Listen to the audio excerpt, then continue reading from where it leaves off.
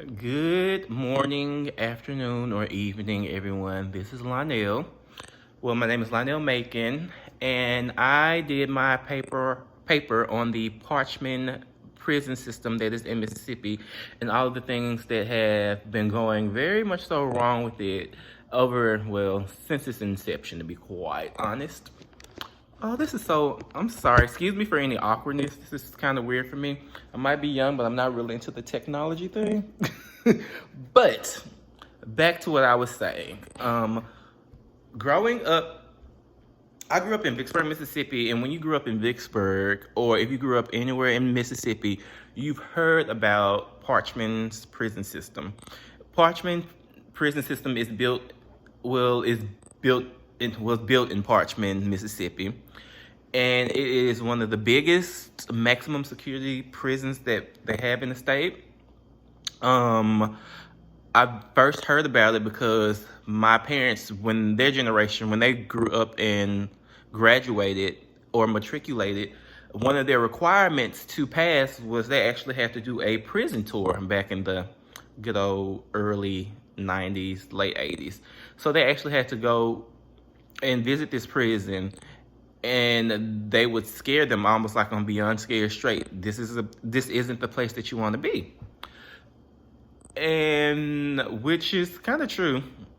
I remember also reading in a few books that mentioned Parchman. Like, I know William Faulkner and a few other people talked about it, as well as I remember Elvis Presley's dad was in Parchman for a little short time period. But let's begin about where Parchman kind of started. Let's see. Parchman was actually built I'm trying to think off the top of my head, you guys, in January of 1901, but it was originally thought of in 1896 because Mississippi didn't have any official prisons. So they decided to build a Parchman prison system.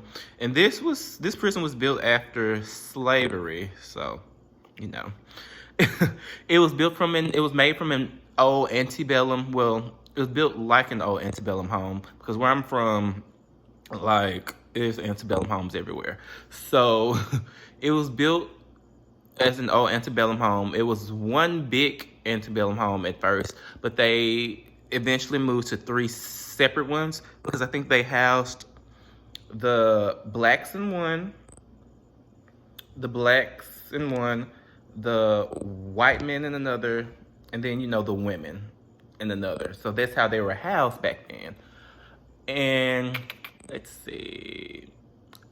So when it was built back then, most of the prisoners that were arrested were not necessarily guilty all the time, because back then they did what one would call convict leasing, which was a system of penal labor practiced in the southern United States that mainly targeted African American men. This type of leasing provided prisoner labor to private parties, such as plantation owners and the corporations. And the leasees were responsible for feeding, clothing, and housing the prisoners. And that's basically how Mississippi became kind of rich, because they used the prisoners as free laborers. The administration used the prisoners as free labor back then. So the prisoners were outside picking cotton, picking soybeans. They were working all these long hours for no pay. They were poorly fed. They slept in tents at work sites. They did the most dangerous jobs you could ever think of. Like, they had to throw dynamite in tunnels for railroad companies and clearing, how you say that word? I don't want to say a word not in the proper manner, but swamps, malarial field swamps, yeah, for construction to build, things in Mississippi. The convicts back then included children that were 10 and up. They were beaten, they were underfed, they were rarely given medical treatment once they were sick. And then they had to work 10-hour work days, and they slept in long single-story buildings called cages that were built on site. Most of the male prisoners back then were employed in farming, but also worked in like the brickyards and sawmills, the cotton gins. And the most interesting thing to me was that the prison system back then, literally, and do you know how inflation works? So you can correct these numbers yourself. Like in 1918, it was recorded that the farm actually made a profit of over $825,000. Now, back then, that was a lot of money because you could buy a loaf of bread for 10 cents. So, you know, a dollar went kind of far. The prison was so profitable that the New York Times wrote an article like praising it, saying that it took so much great care of the Negro population, and that when their time was up, excuse me, that they did not want to leave in the slightest. And this became a reality of Parchman. To the outside world, they thought it was just the most beautiful place to live. Anybody could go there, even though it was a prison. They were making money, but you know the prisoners weren't making any money. They were beaten. They were treated basically like slaves. And it wasn't all good. Let's see. Where to go to next, you guys? Pardon me. Let's see. Well, since Parchman was founded in like 1901, the next 70 years kind of went by in the same regard. It was still segregated. They still were picking cotton, but they decided to mechanize or use more mechanics, so they didn't need as much labor, as to say, from the prisoners.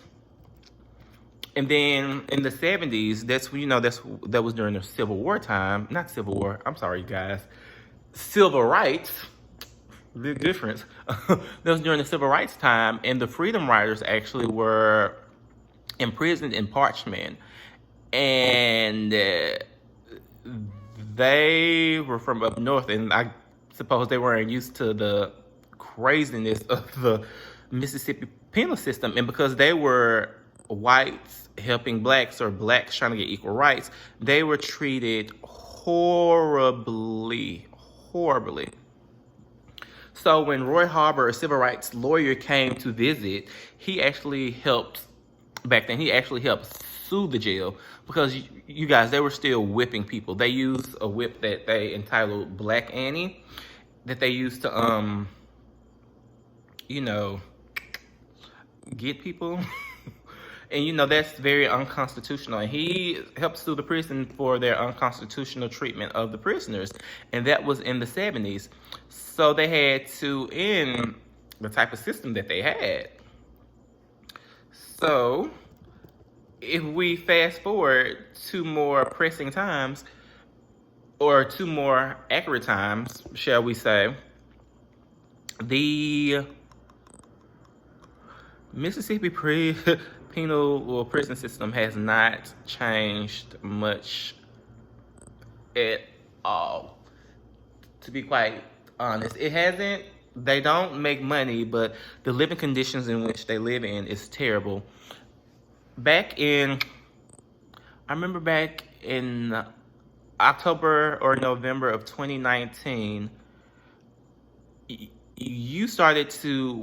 us regular citizens started to hear about like the deplorable things that were going on with the prison. And then videos started to leak, because one of the things about Mississippi prisons, they are severely understaffed. They, like, as I mentioned in my paper, I have quite a few cousins who work in the prison system. And on any given day, it's 2 guards watching and monitoring over, between, the least my cousin ever said is 150 to 250 inmates at a time. You just have 2 people monitoring them. So a lot of things are going to just slip through the cracks. And it's been slipping in Mississippi, quite honestly. Mississippi has oh gosh, I want to say Alabama has the highest with 38% job vacancy in the penal system. And we're right under them. In Mississippi's right under them with the job vacancies. But we were able to see the living conditions and how deplorable it was due to the fact that now we have technology. Now, since the guards that do work there need to make money because the guards in Mississippi also don't make as much money, smuggling in contraband for the prisoners isn't such a bad thing. So the prisoners have recorded for the world to see that they don't have any running water, that they've not had electricity for a week in certain units, that there literally are, I saw a video where somebody was set on fire. There was literally drugged out people lying in the middle of the floor. The floors looked like they were rotted and the ceilings were rotted and corroding. There are so many, just, if you want to Google some of the videos, I think some of them are up, but they're very, very disturbing. They don't have any running water. And the thing about it is the administration knew this. The administration knew all of these things were going on. They knew that the way that the prisoners were being treated and handled was unethical at the most. In one of the, ooh, my Mississippi accent is coming out. In one of the stories that I read, an inmate had been housed in Parchment for already, I want to say, he was housed in, he got sentenced to 10 years and he served 8, and he had to have back surgery. Before he even had the back surgery, he wasn't being seen. And after the riots happened, his family, his wife, no one could get in touch with him to see if he was even doing all right. And this is very common in Parchment. Sometimes you'll have a family member in there, but you won't know what's going on with them. And you'll talk and try to talk to the administration and talk to the prison guards, and no one will virtually help you. And the one of my best friends I grew up with actually works with the ACLU in Mississippi. And they spend a lot of man hour and time trying to get the penal system to a livable way, basically. But back to the videos that surfaced and came out on the subject of this prison system. It was so harsh and so graphic that you had celebrities such as Jay-Z and his whole record label mobilizing to sue Mississippi for their unconstitutional treatment. And they have placed a lawsuit upon Mississippi. And then you had other celebrities from reality shows coming down to the state capitol to march about the inhumane treatment that these people have been receiving. And now, since it's on the forefront, you know, changes are trying to be made, quote unquote, because we elected a new governor in November. I didn't vote for him, but you know, a new governor was elected in November. And he seems to want to make the prison run in a more ethical way, because they actually had to shut down all the prisons in Mississippi in November once these riots started to happen, because Parchment is just the worst one. Many of the prisons in Mississippi are replicas of this one, to be quite honest. So they're trying to overhaul the whole prison system. And the old prison commissioner resigned in December after all of these things, after the photographic evidence came out. Because to be quite honest, if we did not see these videos,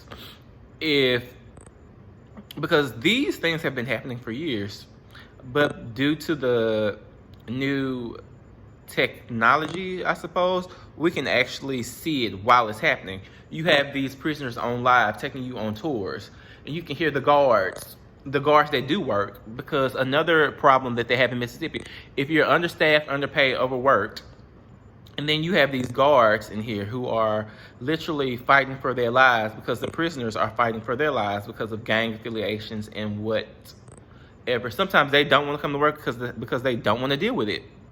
I know one of my cousins has to work doubles quite often because his coworkers have called out. And they'll try to talk to the prison administration about how they're being overworked, but they don't want to hear it. They say they'll just hire somebody else, even though no one wants these type of jobs, because you also are getting attacked. Let's see, what else? Because that's basically the gist of what's going on in Parchman. It's always been a prison where ethics has not really existed because it started out as a way to make money. They were taking innocent black people and putting them in jail quite clearly into the 70s to make money. So it's fairly recent that they really honestly stopped doing that, because they said they stopped in the 70s. They told the ACLU that they weren't forcing prisoners to do that type of labor, but we all know. Because one last thing, because I went to an HBCU, Mississippi Valley State University, and we have, like how at Arkansas State in the morning you see all the people doing the landscaping and mowing. We have prisoners who do that in Mississippi. The prisoners take care of our campus. So that tells you there, and they're not in chains or handcuffs or anything. So they can give you a gist of just how they're treated, to be quite honest. But all in all, the Parchman prison system and the prison system in general in Mississippi is an unethical, unconstitutional practice. And we really have to do better. And we have to make sure these administrations aren't taking advantage of people who seemingly don't have rights. Because if you look into these budgets of these ex-commissioners and the governors, a lot of the money that was supposed to be allocated towards the prisons went to different things. And you know what that means. But all in all, I enjoyed this class. I enjoyed you guys. And I'm surprised I talked this long because I have social anxiety. But it was nice. And see you guys later.